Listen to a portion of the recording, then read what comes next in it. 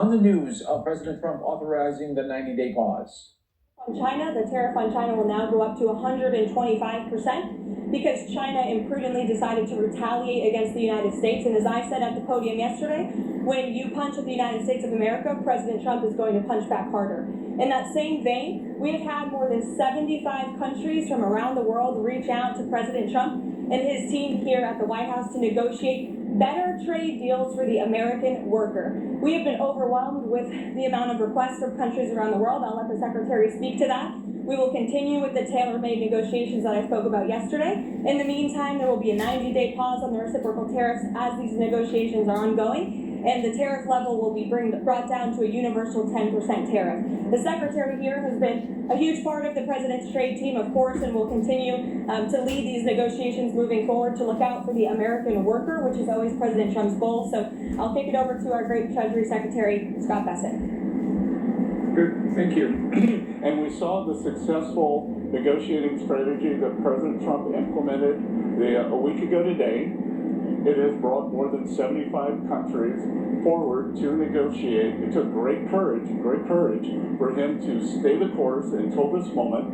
And what we have ended up with here, as I told everyone a week ago, there in this very spot, do not retaliate and you will be rewarded. So every country in the world who wants to come and negotiate, we are willing to hear you. We're going to go down to a 10% baseline tariff for them, and China will be raised to 125 due to their insistence on escalation. Secretary, thank you for doing this. Let me ask you three quick things. For the sake of clarity, because the markets are open and they're wondering. First of all, Mexico and China, are they part of this 10% universal?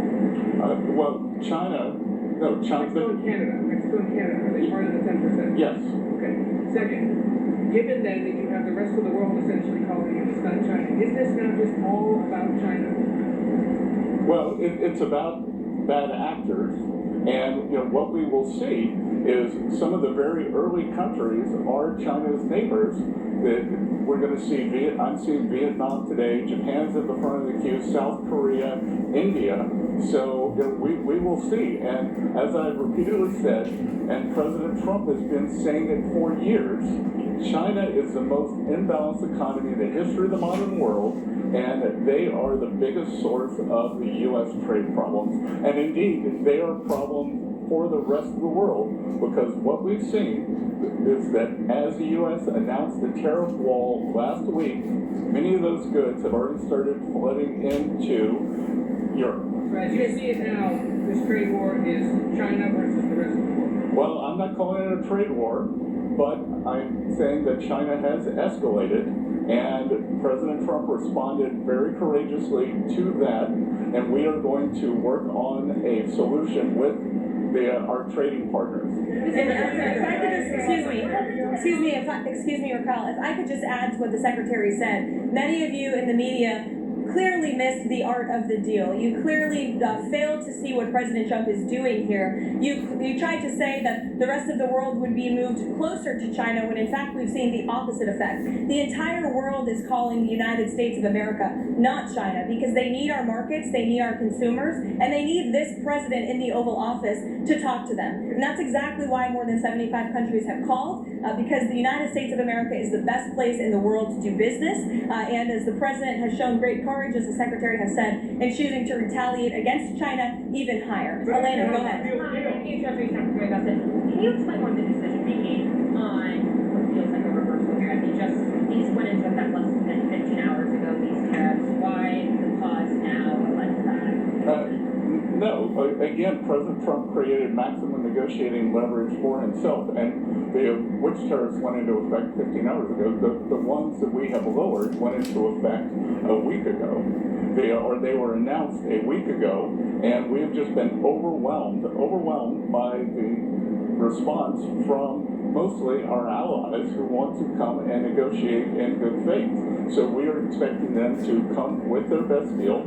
As I said a week ago today, don't retaliate, hold your ground, let's see what happens. And China, they kept escalating and escalating, and now they have 125% tariffs that will be effective immediately. Mr. Secretary, Go ahead. Mr. Secretary, thanks so much for doing this. The 90-day pause on the reciprocal tariffs, is that because of the whiplash that we've been seeing across the financial markets? How much was, what we saw in the stock markets, a part of this decision?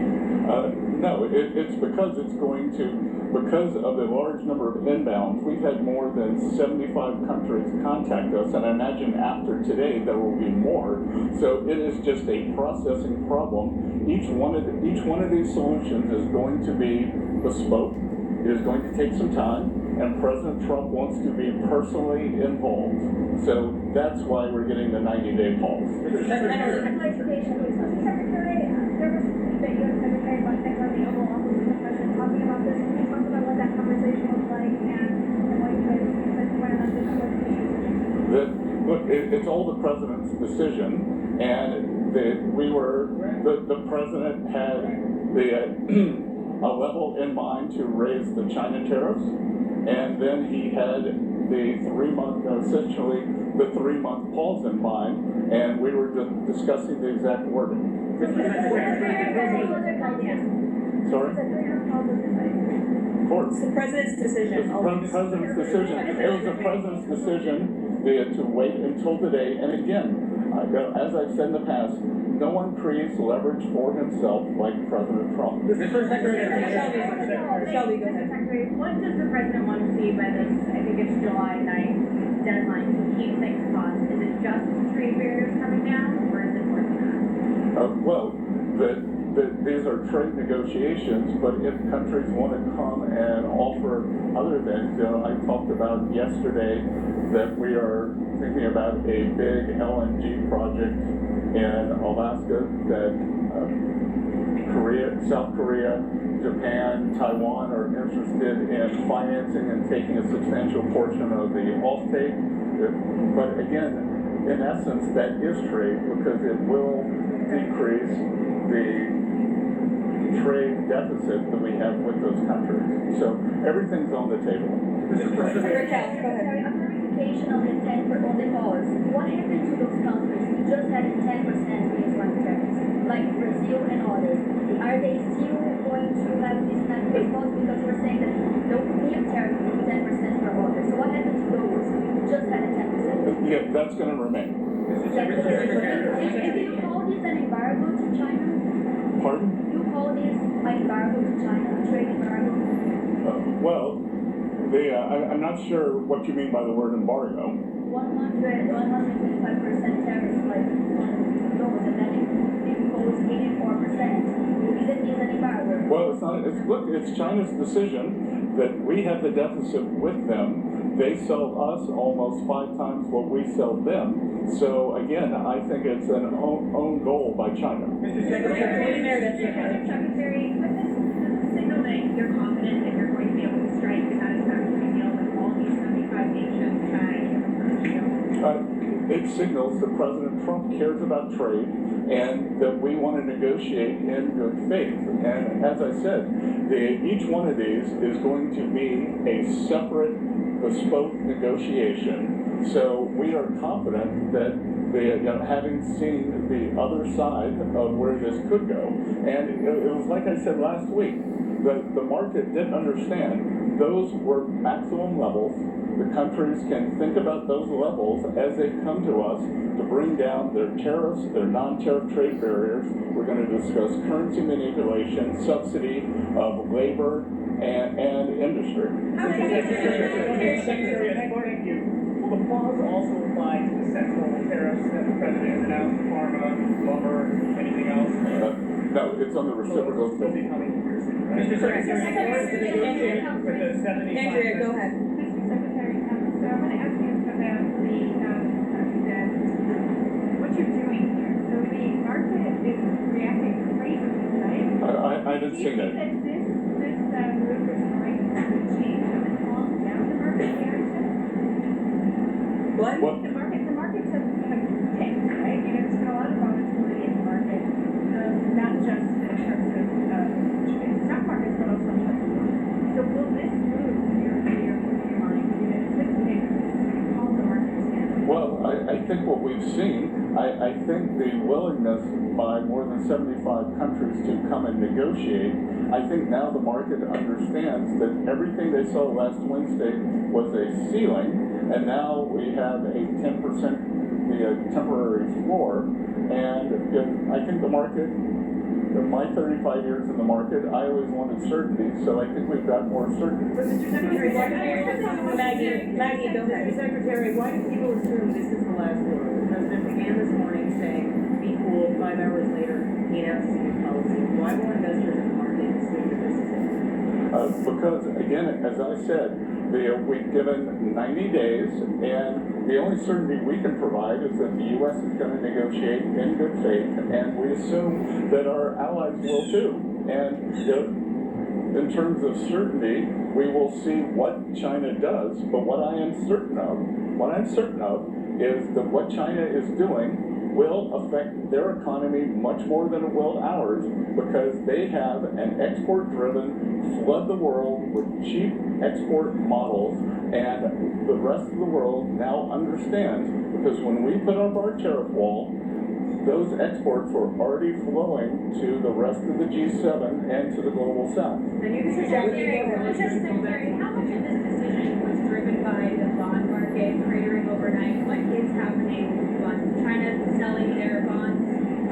I have nothing that says that, and we actually had quite a good 10-year auction today, and all this was, again, this was driven by the president's strategy. He and I had a long talk on Sunday, and this was his strategy all along, and that, you might even say that he goaded China into a bad position. They responded. They have shown themselves to the world to be the bad actors, and we are willing to cooperate with our allies and with our trading partners who did not retaliate. It wasn't a hard message.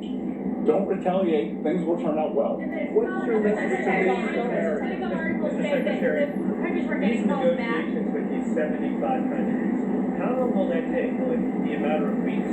Will it be a matter of months? Do you expect financial markets to be stable during that time period? Well, we started with a 90-day pause, and we will see if more countries turn up, what will happen. But we have a meeting with Vietnam today, and we have one of the largest trade deficits with them, so I'm hoping it will move in a good direction. I was at the Japanese ambassador's house last night for the Cherry Blossom Festival, which was quite festive, and he and I had a good chat. They are going to send a deal team over.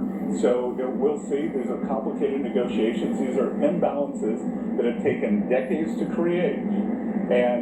But I think, having seen the maximum level that Donald Trump is willing to go to, President Trump has created this negotiating leverage. The secretary is obviously a very busy man. As he has said, he's had more than 75 countries that the trade team has to respond to. I'd just like to end with this. For decades, Republicans and Democrats have said that these unfair trade practices are ripping off the American people, are ripping off our country, but nobody has ever done anything to address it. We finally have a president here at the White House who is playing the long game, who is doing what is right for the American worker and our industries here at home, and he has put together a fantastic team in Secretary Bessent, Secretary Lustnick, the entire trade team who will be focusing on negotiating these good deals to put the American workers first, and we're going to get to work to do that. Thank you guys.